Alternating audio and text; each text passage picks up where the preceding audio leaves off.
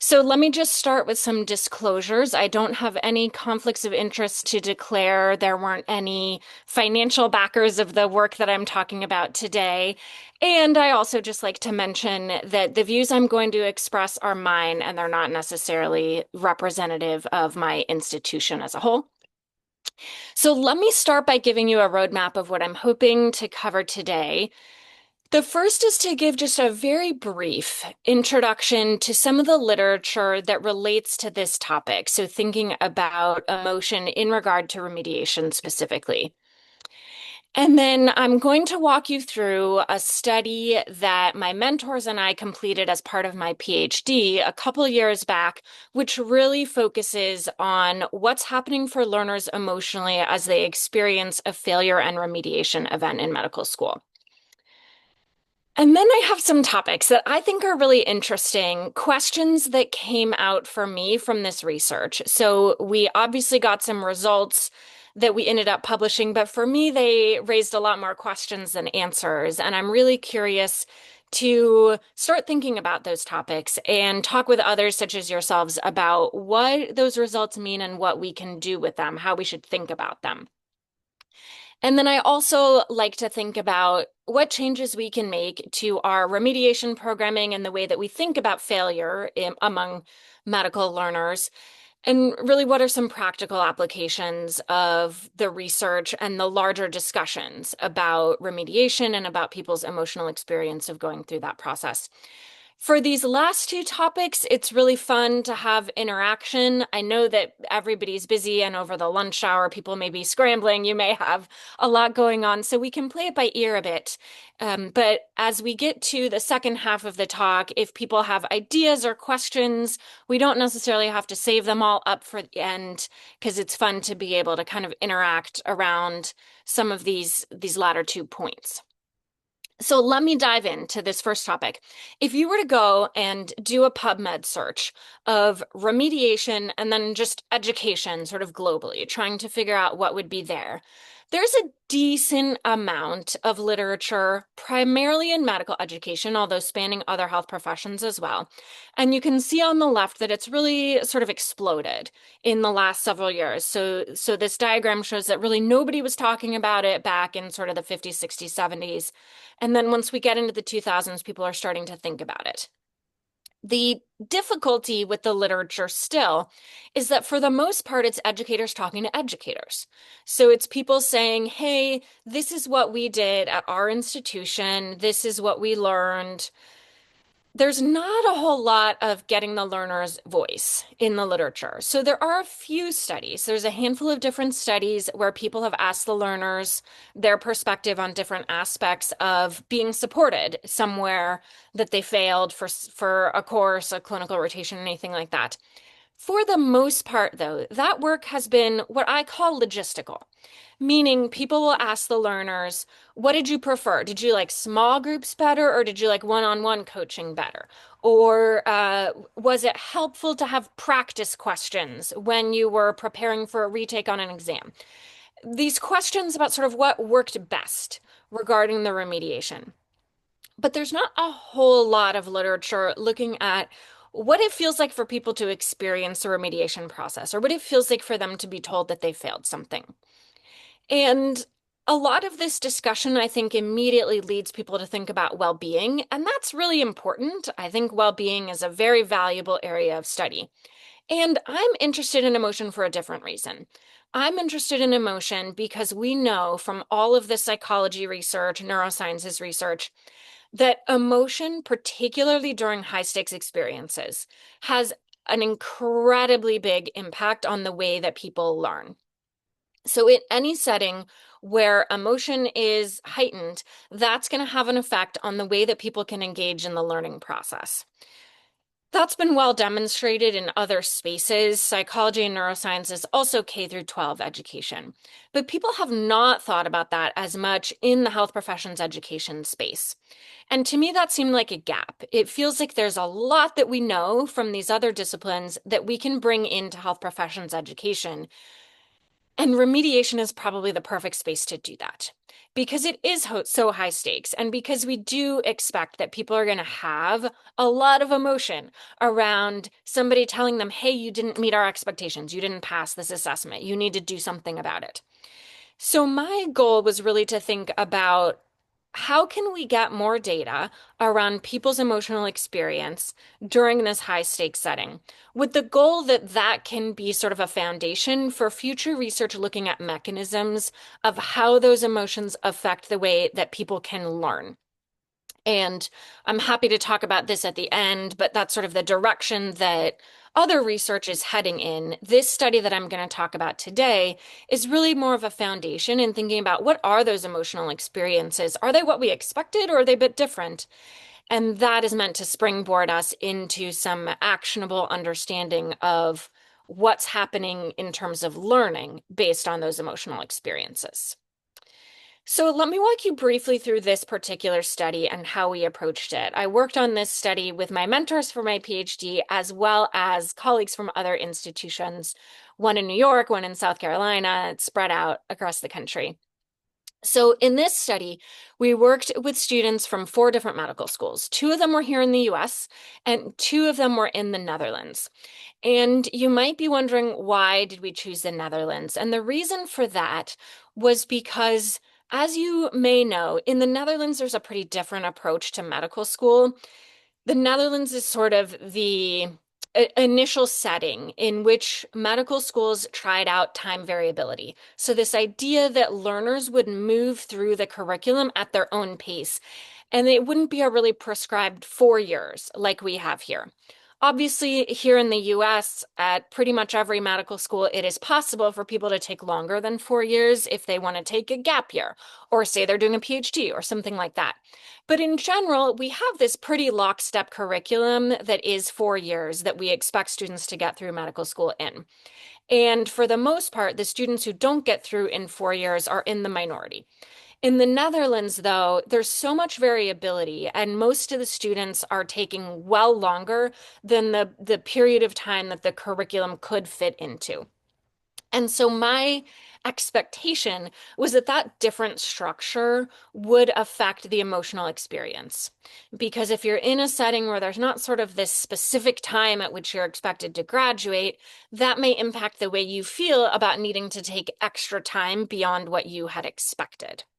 So that was the reason for choosing the Netherlands, and we were interested in looking at similarities and differences between these 2 countries.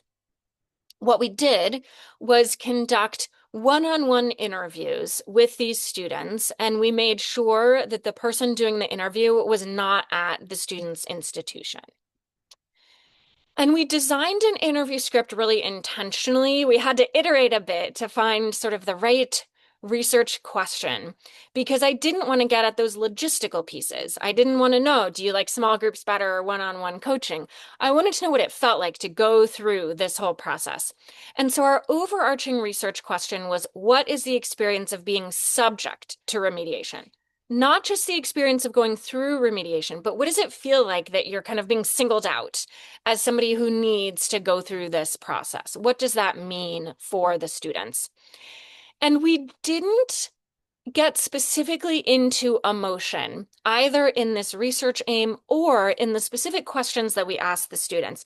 And the reason for that is because there is some literature in the psychology space that says that if you are really explicit about asking about emotions, that may throw off the participants a bit. And it's a little bit unclear why, but I do think, particularly in medicine, there's really this sort of hidden curriculum around not discussing our emotions. And if we raise specific emotion words, that may bring along certain connotations or certain expectations for the participants that we didn't want to have right out the gate. So we didn't ask really specifically, tell me about your emotions when you were going through this process. But we asked in a more sort of roundabout way, like, what was it like? Or whom did you talk to about this experience? Those kinds of questions.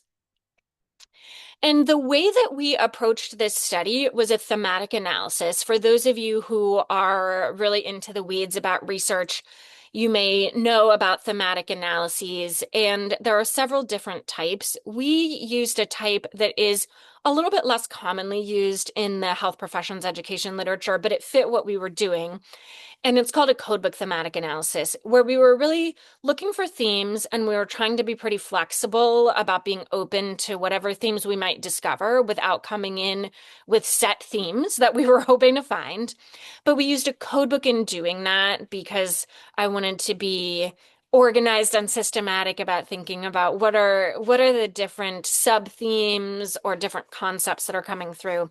So we coded as we went through, which is not the most common way to do a thematic analysis, but worked for us in this paper.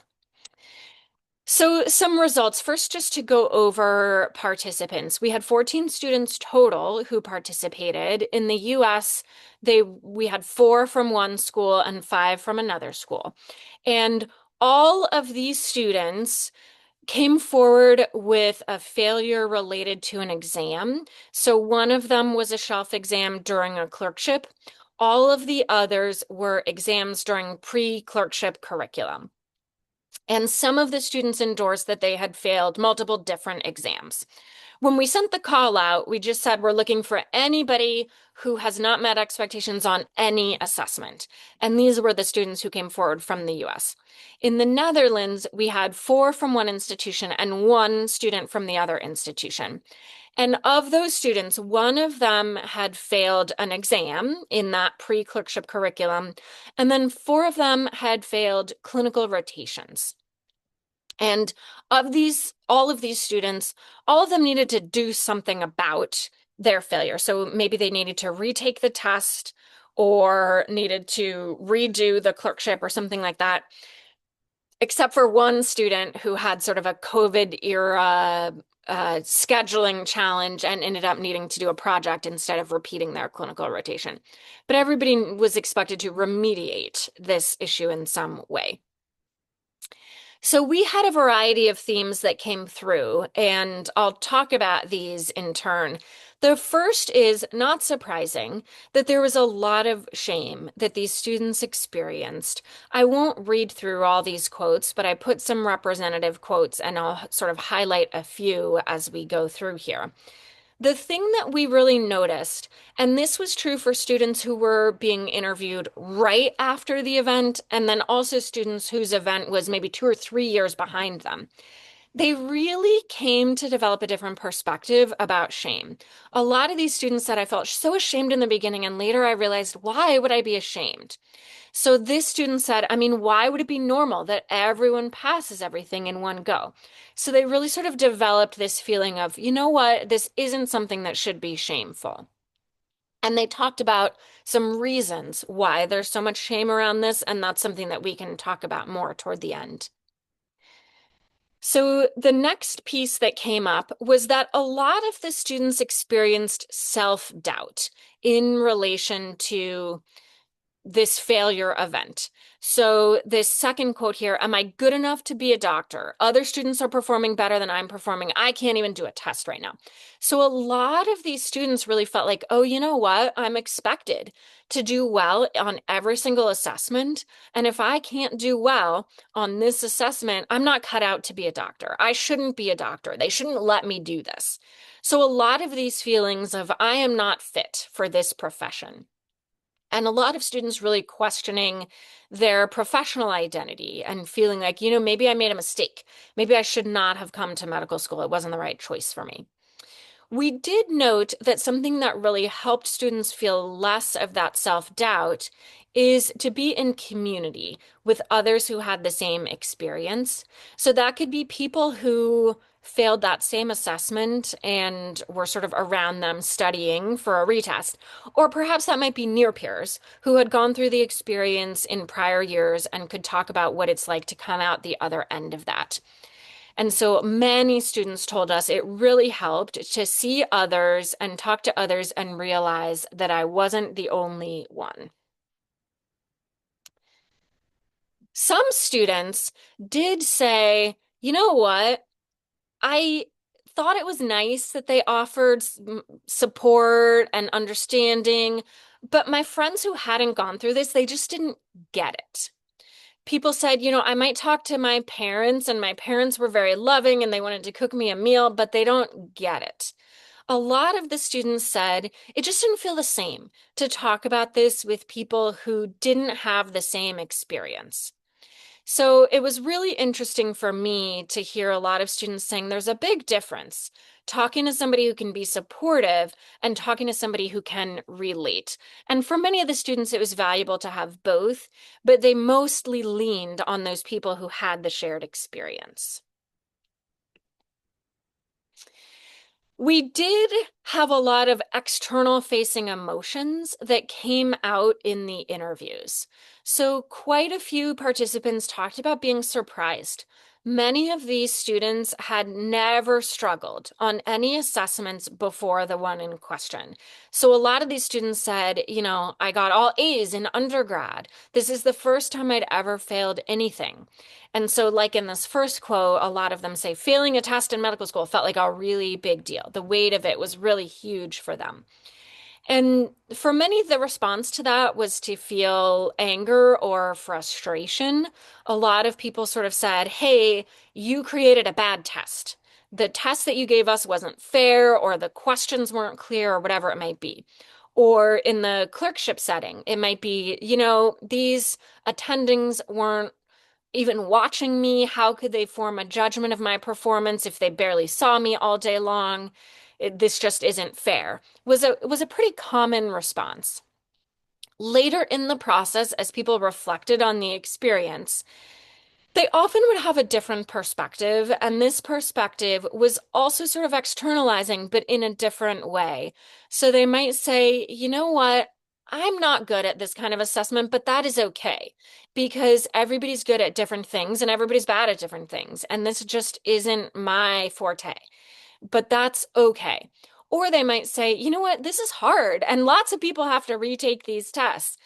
But that's a realization they came to later. For the most part, that wasn't a perspective that students were able to have as they were initially experiencing the news of being told they hadn't passed, and then as they were going through the remediation process. So for many of them, this sort of recognition and this perspective could really only develop when they got some distance. So this theme was interesting. This is the one area where we saw some differences across the two countries. So the top two quotes, which are the B institution, those are one of the US medical schools. And then the bottom quote is a quote from one of the Dutch medical schools. And again, I won't read them all, but the idea here was that the students really had different perspectives on how stressful it was to have to retake something, depending on the country in which their medical school operated. So, students in the US said, oh my goodness, I can't even imagine if I had to wait a whole year and delay the match by a full year because I needed to retake 1 month of medical school. That would have been a disaster. It really would have impacted my financial state.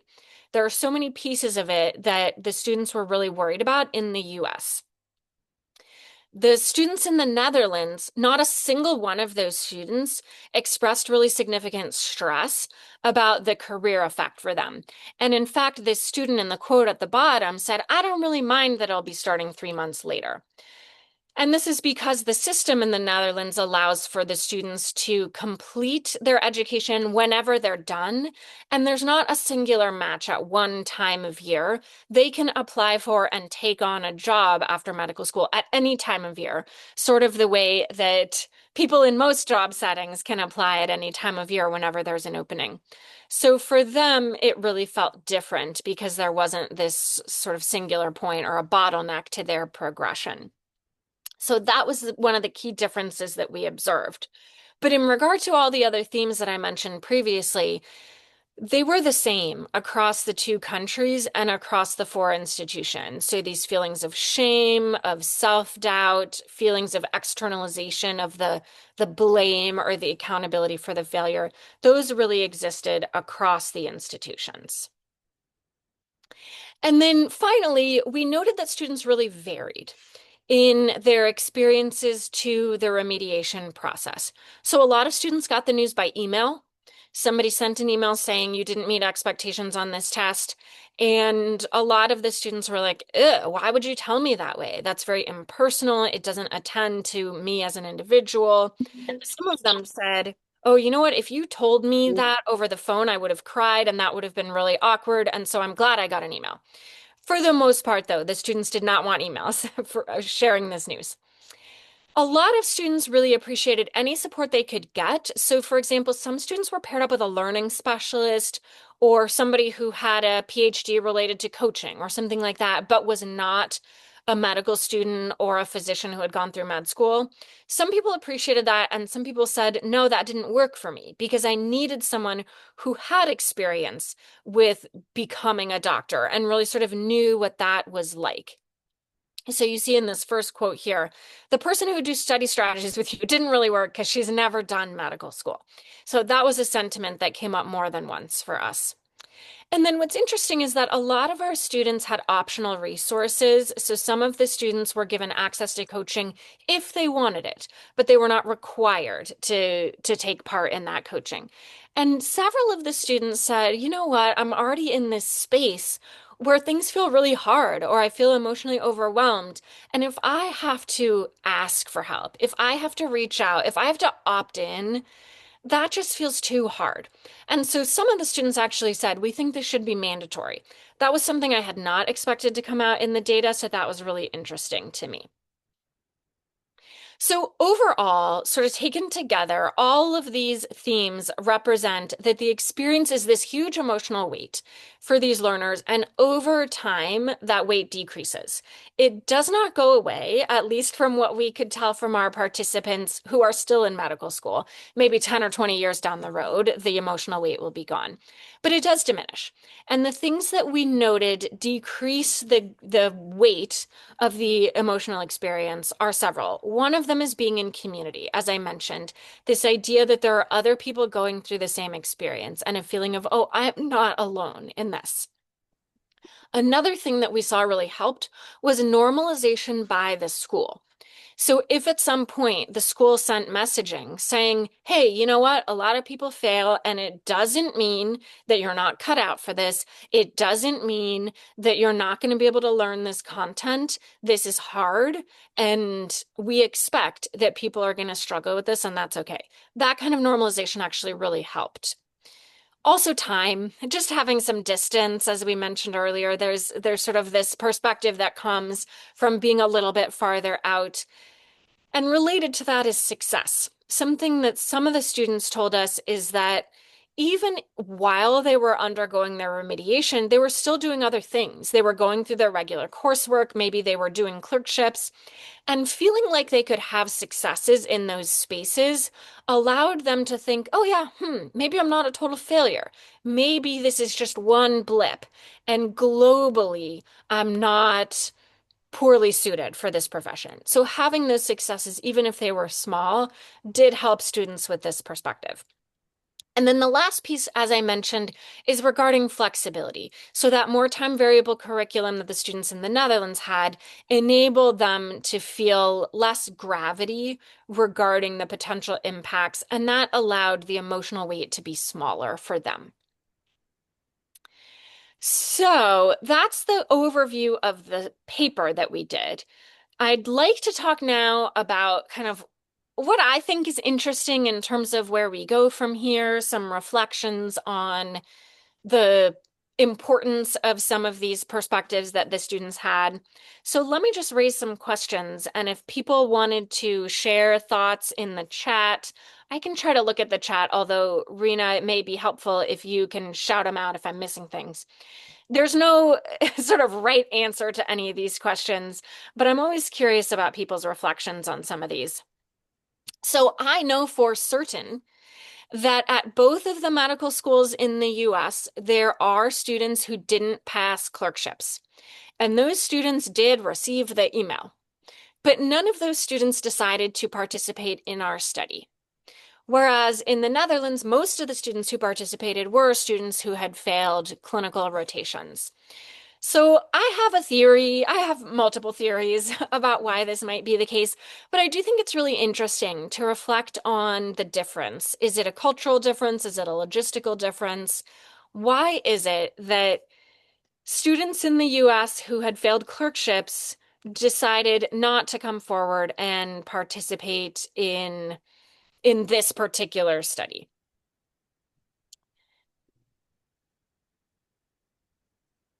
And I'll give people a moment if anybody wants to. You're welcome to unmute yourself or even put something in the chat. I'm curious if people have perspectives on that. While you're thinking about it, let me just ask, or sorry, let me just respond to this question that's showing up in the chat about someone starting an internship 3 months later. In the Netherlands, you can start something 3 months later because it's just like a job where you get an individual orientation, and the orientation is not sort of lockstep at a specific time of year. The way that people do internship in the Netherlands is very, very different. And so people can join on and be oriented at different times. Their internships are not like our internships. The beginning of residency is a really different experience for them, so they can start at any time.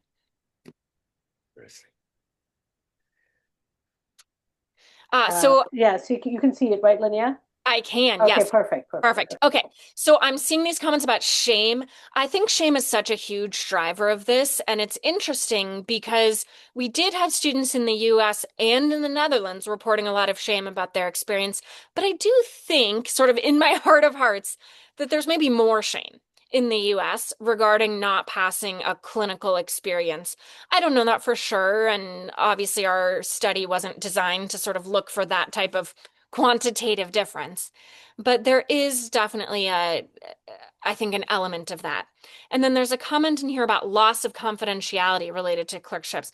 That's interesting. I think there may have been some concerns about that. We tried really hard to make sure that the person doing the interviewing, the person collating it all, was from a totally different institution, and so the learners would not ever be able to be identified by their school as having participated.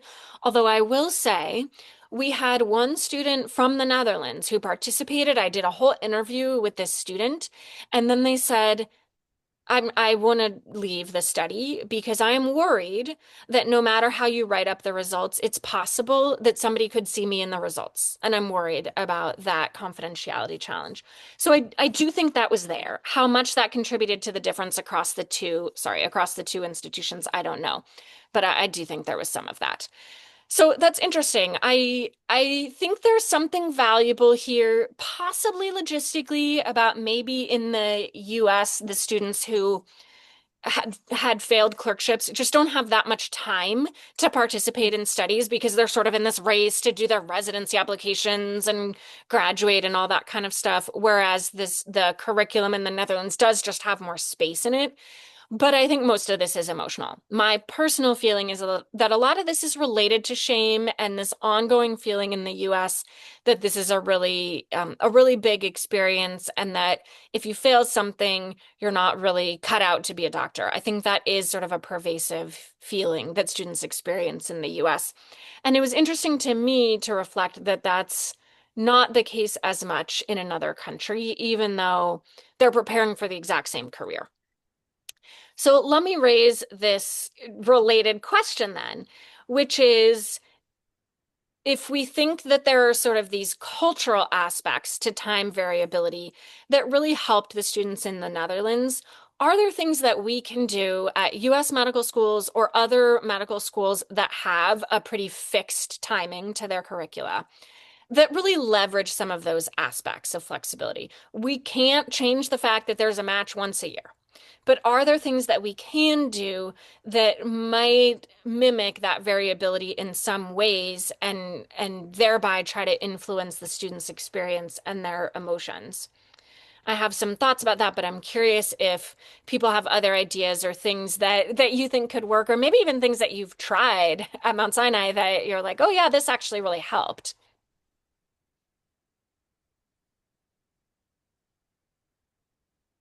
A competency framework. So a lot of people are really talking about competency-based medical education and this expectation that people are going to take time to meet different competencies and that not everybody's going to be going to have the same timing. And that I think is really part of that normalization concept of saying, hey, there's not an expectation that everybody's going to master all of these different skill areas at the same pace. So even just saying this is our framework, I think does really help. I do think the students view it a little bit as lip service if we continue to have 4 years and the match is when it is. So I think the framework is going to take us some distance and we need some other pieces as well. This idea of structured individual learning plans with faculty coaching. I love that. And one of the things that I think is really helpful is if everybody has somebody who can offer these coaching resources, because a thing that I think is an emotional challenge and a shame generator is being dichotomized into failed, didn't fail. And if the people who failed are sort of shunted into this pathway where they're offered or given coaching, that can feel really ostracizing. It can feel really othering. If everybody's got a coach and the coach coaches you based on whatever it is that is the greatest area of need for you without you feeling like there's this binary distinction, I think that really does help. Yeah, I love these ideas. I also think small things can go a long way. So at our institution, I'd been saying this for a while, and I don't think they changed it because of me, but I'm going to try to take credit. At our institution, they stopped saying class of when the students first come in. So at the white coat ceremony, they used to say, welcome, graduating class of 2029. And they don't do that anymore because what Hmm. they're trying to signal is, hey, you know what? You might graduate in a different year, and that's totally fine. So these little messages that we're sending of what is the expectation? What is the norm? I think those pieces can help students just sort of feel like they're immersed in this culture where either they're different, they're unusual, they're abnormal if they need to move at a different time, or they're normal. That's okay. That's expected. So I think some of those little pieces are valuable, and it's worth thinking about all the different ways that we're bombarding the students with these messages about what our expectations are. So there are many other examples that I think people can think about. And what's been fun for me is just to hear from people about their ideas, and hopefully you may have some that could work for you as well. So how can we think about creating that sense of community? We heard from a lot of students that being in community with others was really helpful. But we also know that this is a shameful experience and that confidentiality is such a huge piece of helping students feel psychologically safe as they're going through this process. So there's a tension there. And I've thought a lot about this because I do a lot of work in the coaching space, and I've really tried to think about, how do we do this in a way that people have access to community, but they don't feel like they've been outed to their peers? So this is a tough one, and I think in different settings, it's going to be different. So there can't just be one global solution at each institution. It probably depends on whether we're talking about an exam or a clerkship or whatever it might be. But I'm curious if people have thoughts or if there are things that you've tried to enable people really to sort of come together and be able to say, "Hey, oh, I'm going through this too. You're not alone," without feeling like they've had their confidentiality compromised.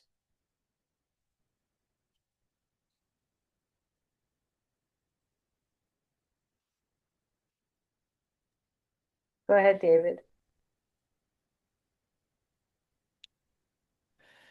I can share an experience I had in the prehistoric days when I was a house officer. Between my PGY 2 and PGY 3 years, I spent 2 years as a commissioned officer in the Public Health Service and spent those 2 years in East Pakistan, what is now Bangladesh. The good part of it was we developed oral rehydration therapy and saved 50 million lives. But the bad part of it was when I came back to my senior residency at a Harvard service at the Beth Israel in Boston. I was 2 years away from Western medicine and was really floundering. I mean, all the drugs were new to me, all the things that were standard parts of the medical language were like foreign to me, and I was floundering a bit. Now, I don't remember if I asked for help or if somebody gave me help. But the associate program director spent some one-on-one time with me to bring me up to speed on some of the things that I had missed out on during that cultural void of Western medicine. And it gets me to thinking in response to today's session whether it wouldn't be a good idea for um, uh, programs, for postgraduate programs or medical school programs, to identify a panel of people who are specialized in somebody you can go to ask for help in a particular area. Um, and if the individual faculty members aren't all laid out, one person you can go to who can then assign you to the appropriate faculty person for your problem. Do schools do that? Do they proactively identify like a counselor you can go to if you're having a problem? Yeah, it's a great question. And I would say that is so much more common now than it was even 10 years ago for Mhm. medical schools and residencies to have those structures in place. We know from a lot of our work with different institutions that those resources exist. There are some challenges still, though, because activating those resources may feel like a lot for some of these learners, or they may feel like this person doesn't get me, or whatever it might be. But I definitely think those resources are more available than they were. And absolutely, as we're learning more and more, we recognize that having those resources is absolutely key. Having well-trained coaches and people who know what's going on is a huge part of it. And you mentioned another topic, which is a little bit of a proactive approach to people who might struggle.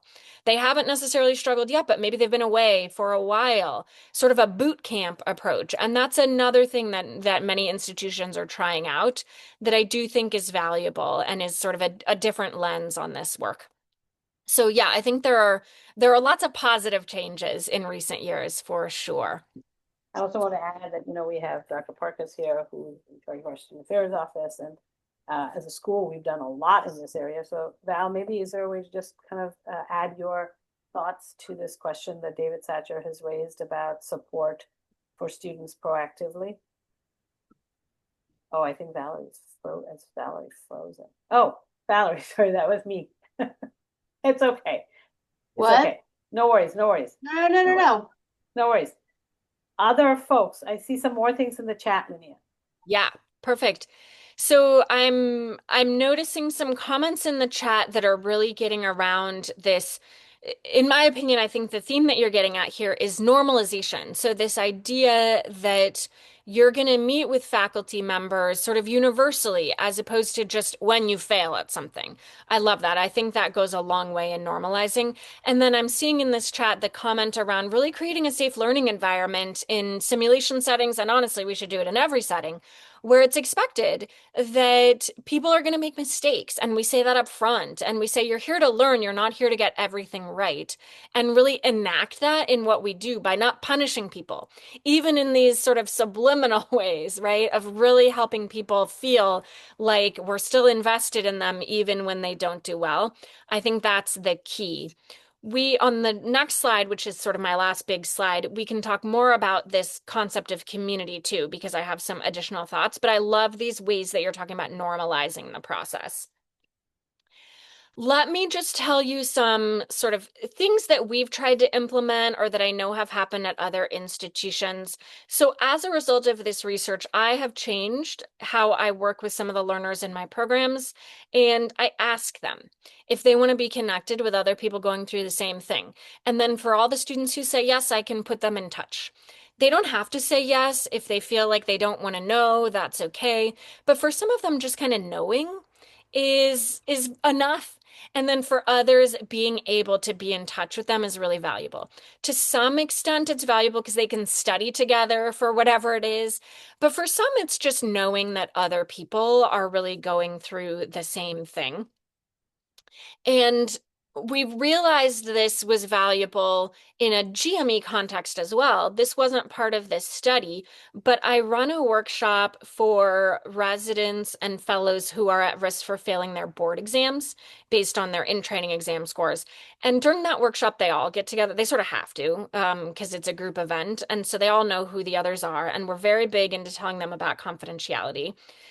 So we asked them not to leave and talk about who else was there. But at the end, we do an evaluation and we ask them, what was the best thing about this workshop? And sometimes we get comments like this. The best thing about this workshop was meeting other smart residents who need and want testing help, right? So just this idea of looking around the room and being like, oh yeah, I like these people. These people are smart. These people are cut out for this job.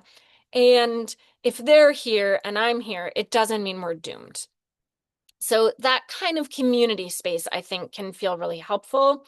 I would, when possible, try to ask first. In the workshop setting, we can't ask them. We just have to have them all together in a room. And then I try to be really, really explicit about confidentiality. But I do think that it works in these settings as long as we're attending to that need. And then you all mentioned this normalization. So I think having people say, hey, failure is normal and it is okay.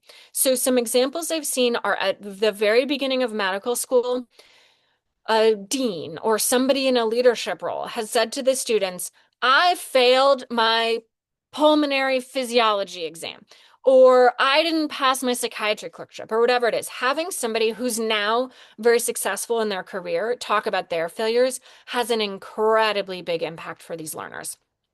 And they get a similar effect from hearing from near peers.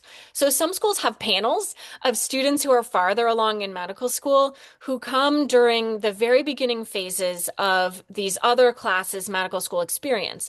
And they say, here are some things I want you to know about med school. Number one, you might fail, and that's okay. I failed, and now I'm doing fine. A lot of the students in our interview actually wanted to serve in that role for more junior classes because they felt like that was really important toward normalizing the experience, and they wished that they had had that kind of exposure to near peers who had gone through the experience. So I do think there's room for us to create these experiences for students to get this normalized. You mentioned some of them. I think there are others as well. So it's worth all of us thinking about how we can do that. And then I mentioned our change at UCSF. This is really just thinking about the small ways that we're unintentionally signaling our expectations. We do it all the time, and we're not going to change every single one. But can we change some of them? Can we think about those signals? And maybe we can think about inserting signals that go in the opposite direction, inserting some of these small messages that sort of say, you know what, everybody's going to move at their own pace.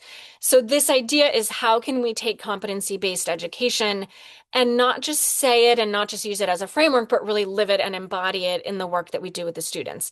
I think it's going to take a long time for that to be the culture of medical school, especially in the US. But I do think that changing the culture is the combination of all these little things that we do and the small moment to moment interactions that we have with our learners. And so if there are these little ways that we can signal to students that it is okay and that we expect them to struggle and that we are here to support them, I think that's going to make a really big difference. So that's the end of my slides. I really thank you for the comments you shared along the way. And now I'm happy to take bigger picture questions or comments